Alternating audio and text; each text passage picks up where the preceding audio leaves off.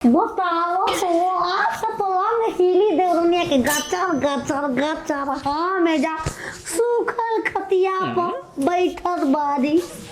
बाबा हमन छिना गए हो चचिया के रख ले चचिया देबे ना कल हम का करे हमार पलंग रख मुक जाती दर्द करे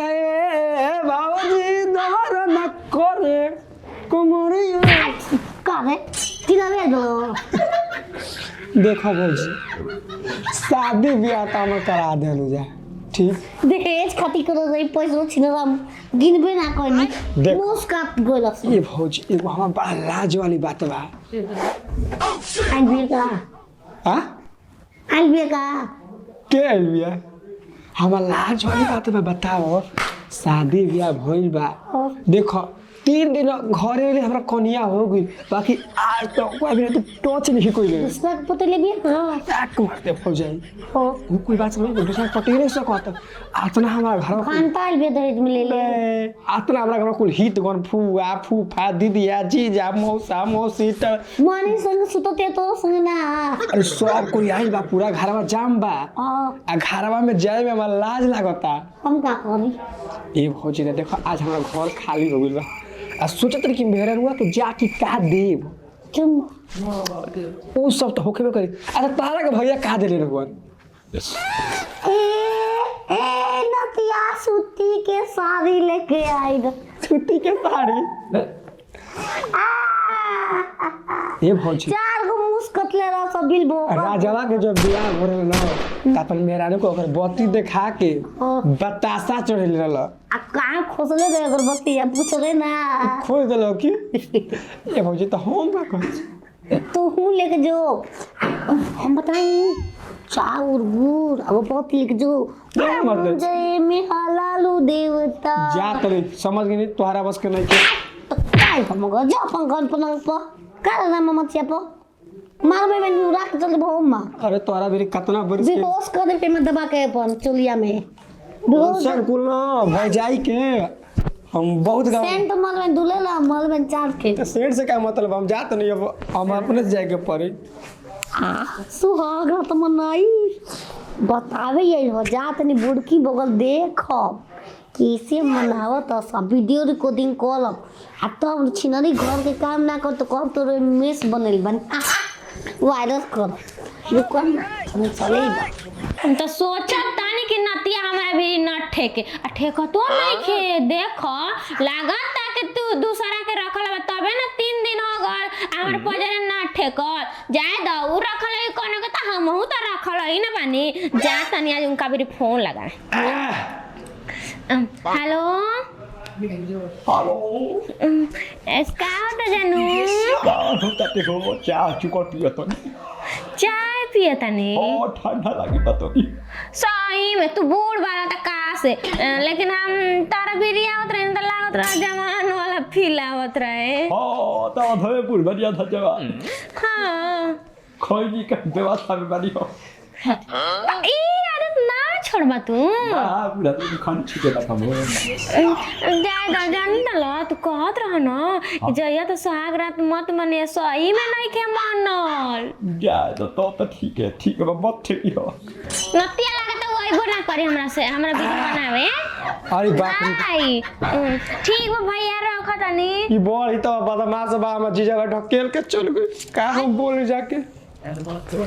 एगो छिनरी भौजाइयो लिया तो कहनी के भौजी तनी चल के बताओ और तो कुछ बताइए कहनी है कि आई रही बात कह के जा तो नहीं ठीक ठाक बालू ना खाना न खइला जइयो मत खाना न खइला जइयो मत मैदान करे वाला कहाँ बा हमरा मैदान लागल बा सरबा पाथर छितर बिए चुंगा लेके बोलती है देखा लजाए के नहीं खे हम मजबूरी समझो तनी इतना हित गंदागे मनो के घर में अभी तक नहीं रही ना तो तू राय रहती हमरा भिरी आई रहती हमरा जब थोड़े नहीं कि ई रिक्शा के चली ई रिक्शा क्या कहना ना कि चाहे तो छोड़ा हम से नाराज बालू ना नाराज तो नहीं नहीं खीरा रसम काहे के नाराज रह। देखो हमारा अनुभव नहीं के सुहाग रात के दिन का देहल जाला, मतलब का देहला पे तू मान जेबू। हमरा का मैदान लगा बा।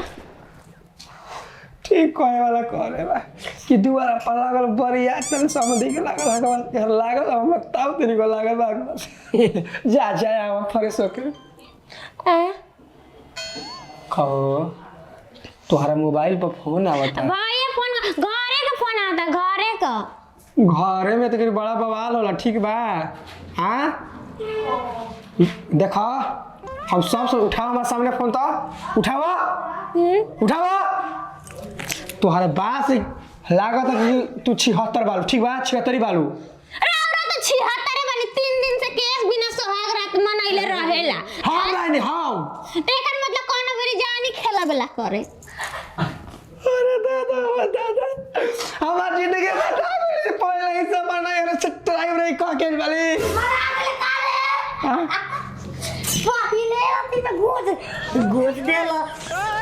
गोजरा नहीं के गोजवा अरे दीदी जी लगा भौजी हम कुछ ना तो लगा तो हमारे घर के अगर है अगर लगा घर में बन। अरे घर बोल हो जाई। अच्छा भौजाई जी रे बताई 3 दिन बिना सुहाग रात मनैले के रहेला। हमार संग सुतत रहे तो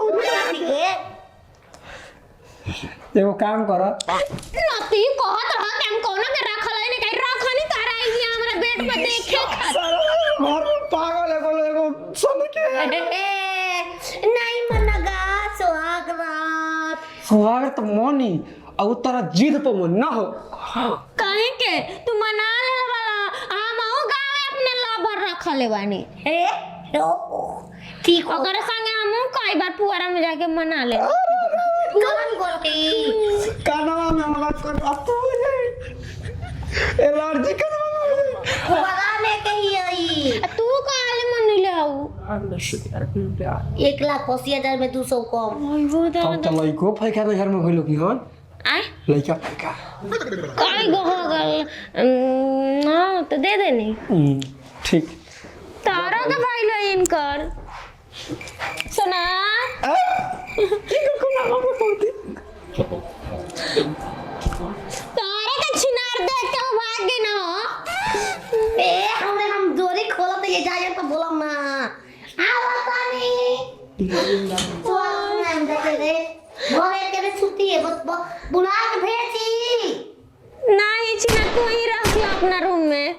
बतावा हो हम कहीं कि कोनो के ना रखले होई तो कोनो के लाजन ना लेकिन हमारे दिमाग में तो चलत रहे ना कि सही में कोई के रखल लेकिन रखले बा अपने भौजाई के बड़ा का छिनार बा कि कहत कबीर सुनो भाई साधु आ घर में चोर ढुकी तो पटक के मारू यही समाधान भाई ना बोल चोर चिकार के कोनो ठीक बा तू भौजा अब हमारा बी प्लान के तैयारी करे के बा बी प्लान तैयारी कर भोटा तू बी पालन का ये से 3 कुल कलो कैसे हम तले का संत बन जात नहीं गोरखपुर हाय काहे रे ना कुछ शादी बियाह भी काई को कहत रे नया नया शादी को तो भटवा न दहलो हाय भटवा न दहलो आय तो है नहीं मिलो भटाई बड़ा सुघर बटले बिया तो है जो मेरा दाए उतर जाए दाए से खाना तोरा बन गेल हां का मजनी किया तो करे के चाहिए ना अच्छा तो काम भइल बा बताओ का बोल ना किया रख ले बिया हाय ले किया रख ले बिया हां तो ए आर रख ले बिया तो आर हटा तो ए बच जाई वो में अब का हां तब तई है तो कल है तू का हल्ला करती जी हां बगे तोहरे सारा वाले वाता ना सुगरा के कोते कहला करते जैसे लागत है कि कुछ भइला ही नहीं का मजनी के बुलडोजर चलता का जानिए भी जा जाके नाचे सीख ले बनी का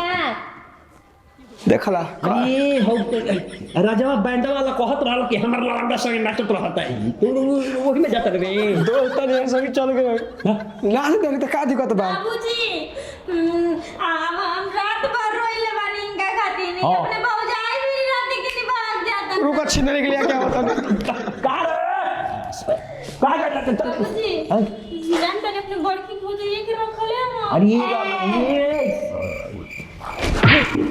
माय बोल बिया जी वो पे हम भाई मेरी बात न करो तू ना अपन माई बाप के कसम खा के खो कि नहीं यार नहीं रखले राउरो कसम खा के कहे अपने बाबूजी अपने के गई इनका के नहीं रखल है हां बाबूजी किया खइहा मत हम तुझा तक तार खेला मदारी कुल मुआ बा अभी ढेर दिन जेक बा हमारा कौवा के खेले बड़ एकर मतलब बाबूजी रखल है ना नाही तोनी तू कइले रहे तो खा के बता हां की करता सरे बाबूजी हां सुबह मुखिया सरपंच जेपिया के बुलावा हां हां सब तलाक हो गए बाबूजी ठीक है बात तो चूड़ी में अंगूरी लगा तुरंत सुने ये खाली जो ले तभी न मजा वाली चीज खबे तभी न कबाग न कहबे ये शाबाश एकर मतलब ओकर मजा तू ले भला बस देख लेनी बाबूजी देख ले रावरा सामने नहीं क्यों ला जात कथी हो ए बाबूजी कम ना है अब तलाक ना होखी हां ना होगी तलाक ना चल तलाक हो जान दनी तू पैसा खा देबा तड़पा के बियाह करे मेरे मुआ देबा जौन बेतो नहीं है गाड़ी चली हमारे संगे हां तो तबे ले बात निकले जा समहारो आगे लाइन पे हाँ, अपना ना जी बकरा भिरी ना चला स्वागत चल लिया का ए भौजी का जाई रो हो बिलो फैसला आप ही जल्दी जाई अरे अरे पैसा ले दे पैसा हम चूस के खाएंगे हम भक्ति में रोनी हां पैसा लेके ना जाए तू चल दो हम कहा जाए बूढ़ पहला रो है तो मर गिला से कही हम कहा जाए